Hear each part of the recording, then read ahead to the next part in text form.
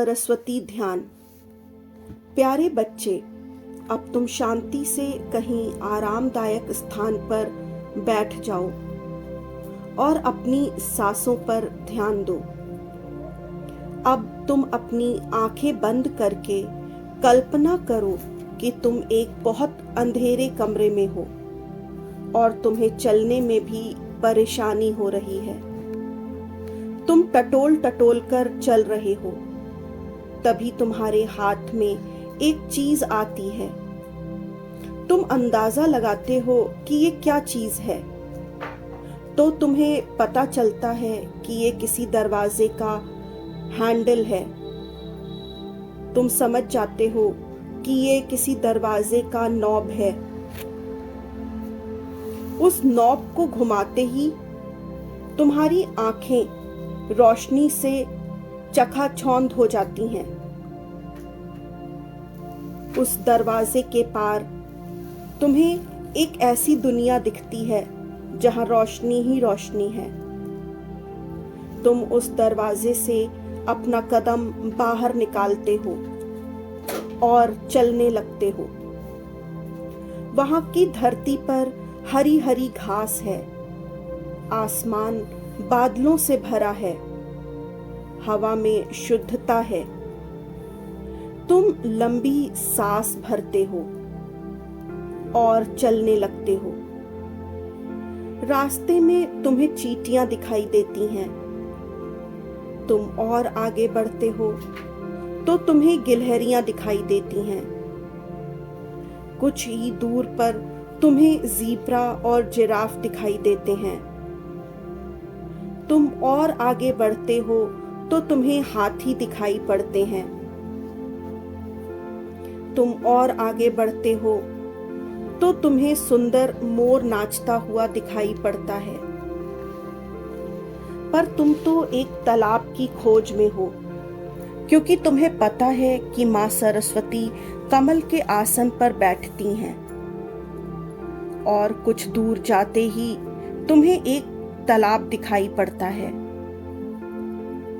वहां बहुत सारे कमल के फूल खिले हैं। तुम्हें विश्वास हो जाता है कि मां सरस्वती यहीं कहीं पास में ही होंगी।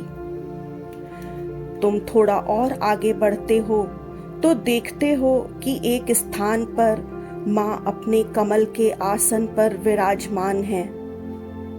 तुम बहुत आनंदित होकर मां के पास जाते हो। मां सरस्वती भी तुम्हें देखकर बहुत प्रसन्न होती हैं। वह पूछती हैं कि बेटा बताओ, यहाँ क्यों आए हो? तुम मां से कहते हो कि मां, मैं आपसे ज्ञान का वरदान मांगने आया हूँ। मां सरस्वती कहती हैं कि क्यों नहीं बेटा, मैं तुमको ज्ञान का वरदान दूंगी, परंतु इस वरदान को पाने के लिए तुम्हें ये प्रतिज्ञा करनी होगी कि तुम प्रतिदिन एक समय पर पढ़ाई करोगे और ज्ञानार्जन के लिए एक समय निर्धारित करोगे और प्रतिदिन पढ़ाई करोगे, चाहे कुछ हो जाए, चाहे ऋतुएं कैसी भी हों, चाहे गर्मी हो, सर्दी हो, वर्षा हो या शरद ऋतु ही क्यों ना हो, तुम पढ़ोगे। हाँ, कभी कभी तुम विराम ले सकते हो और विश्राम भी कर सकते हो। तुमको वचन देना होगा कि तुम ऐसा ही करोगे। इसके बाद तुम मां से पूछते हो कि मां, आपके हाथ में किताब भी है और वीणा भी है, ऐसा क्यों?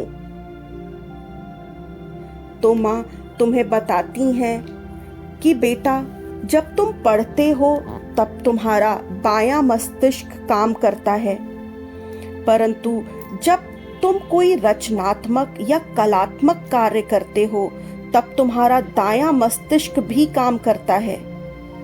और जब व्यक्ति के दोनों मस्तिष्क काम करते हैं तब वह व्यक्ति अपनी तार्किक और रचनात्मक कला का प्रयोग करके उत्तम परिणाम प्राप्त कर सकता है। इसलिए बहुत आवश्यक है कि तुम पढ़ाई लिखाई के साथ कोई रचनात्मक या कलात्मक कार्य भी करो, चाहे वो नृत्य सीखना हो, संगीत सीखना हो, कोई खेल खेलना हो, सिलाई करना हो, कढ़ाई करना हो या बुनाई करना हो।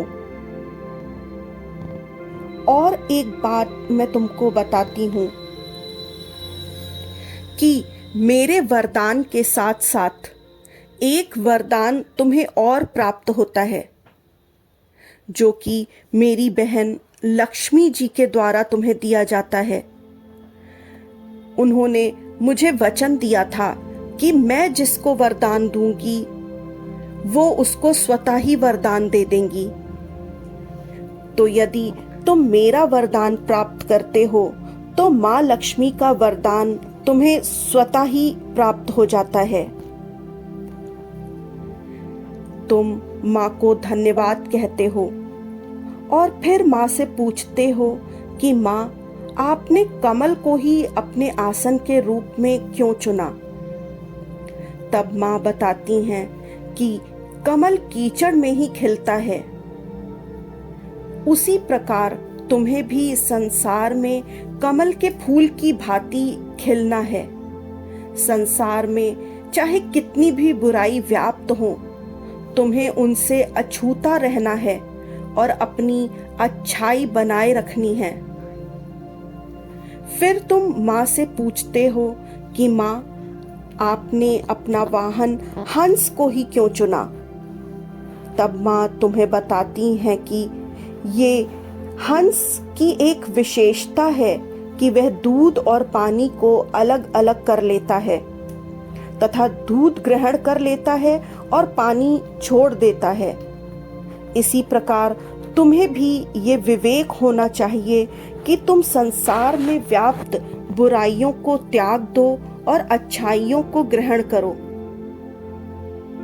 फिर तुम माँ से पूछते हो कि माँ, आप सदा श्वेत वस्त्र ही क्यों धारण करती हैं? तब माँ तुम्हें बताती हैं कि श्वेत रंग शुद्धता का प्रतीक है और ज्ञान से बुद्धि की शुद्धता प्राप्त होती है, बुद्धि का परिमार्जन होता है। फिर तुम माँ सरस्वती को धन्यवाद देते हो और वापस जाने की अनुमति मांगते हो। माँ प्यार से तुम्हारे सर पर हाथ रखती हैं और कहती हैं, विजयी हो बेटा, और सदा अपने ज्ञान का उपयोग स्वयं के उत्थान और समाज, देश और संसार की भलाई के लिए करना। तुम माँ सरस्वती के पैर छूते हो और वापस आने लगते हो। रास्ते में तुम्हें पुनः वही पशु और पक्षी मिलते हैं। तुम जब मोर को देखते हो तब तुमको ये ज्ञान मिलता है कि मोर के पैर कुरूप होते हैं, फिर भी वह उन्हें देखकर दुखी नहीं रहता, अपितु जो सुंदर पर ईश्वर ने उसे दिए हैं उन्हें पाकर आनंदित रहता है और नृत्य करता है। इससे तुम ये सीखते हो कि जो भी ईश्वर ने तुम्हें दिया है उसे पाकर आनंदित रहना ही अच्छाई है। तुम आगे चलते हो तो तुम्हें फिर वही चींटियां दिखाई देती हैं। वह एक के पीछे एक चली जा रही हैं, लगातार मेहनत कर रही हैं। इसी प्रकार तुम्हें भी लोगों के साथ एक होकर रहना है और पूरे समाज के लिए कार्य करना है। फिर तुम्हें ज़ीब्रा दिखाई देता है। उसके शरीर की काली सफेद धारियां तुमको ये बताती हैं कि ये संसार अच्छाई और बुराई, आशा और निराशा, सुख और दुख से युक्त है। तुम्हें भी दोनों को अपना कर जीवन जीना है। जैसे ये ज़ीब्रा अपने शरीर से कोई एक रंग नहीं निकाल सकता, उसी प्रकार तुम भी कोई रंग अपने जीवन से नहीं निकाल सकते। उस द्वैत में सामंजस्य बैठाना ही जीवन है। जब तुम थोड़ा आगे चलते हो तो तुम देखते हो हाथी अपनी सूंड से काम कर रहा है। वह आगे पीछे के पैरों से काम नहीं कर पाता तो वो सारा काम अपनी सूंड से ही करता है। इससे तुम ये सीखते हो कि यदि एक तरीके से कार्य ना बनता हो तो दूसरा तरीका ढूंढो कार्य पूर्ण करने का। आगे तुम्हें जिराफ मिलता है और तुम समझ जाते हो कि जिस प्रकार जिराफ अपनी लंबी गर्दन होने के वजह से सब चीजों को ऊपर से ही देख पाता है, उसी प्रकार मुझे भी सभी चीजों को, सभी परिस्थितियों को, लोगों को उच्च परिप्रेक्ष्य से ही देखना चाहिए। तुम समझ जाते हो कि पहले जिन पशु और पक्षियों को तुम केवल देख रहे थे, अब तुम उनसे कुछ सीख भी रहे हो। जरूरी नहीं कि ज्ञान केवल किताबों से मिले, ज्ञान तो प्रकृति की सब वस्तुओं से मिल सकता है। अब तुम अपनी दुनिया में वापस जाने के लिए उसी दरवाजे की ओर चल पड़ते हो। तुम्हारे मन में अजीब सी घबराहट है कि इस दुनिया में तो इतना उजाला है और मेरी दुनिया में इतना अंधेरा। तभी तुम दरवाजे तक पहुंच जाते हो और नॉब को पकड़कर दरवाजा खोलते हो और आश्चर्यचकित रह जाते हो ये देखकर कि अब तुम्हारी दुनिया में भी उजाला है। तुम समझ जाते हो कि माँ सरस्वती के ज्ञान के आशीर्वाद से अज्ञान का अंधेरा मिट चुका है। तुम मन ही मन कहते हो, ओम अस्तो माँ सद्गमय, तमसो माँ ज्योतिर्गमय, मृत्योर माँ अमृतगमय। तुम अपनी कुर्सी मेज पर पढ़ने बैठ जाते हो और स्वयं से निश्चय करते हो कि मैं प्रतिदिन पढ़ूंगा और ज्ञानार्जन करके स्वयं का, समाज का, देश का, संसार का भला करूंगा। ओम सरस्वताय नमः। ओम सरस्वताय नमः। ओम सरस्वताय नमः।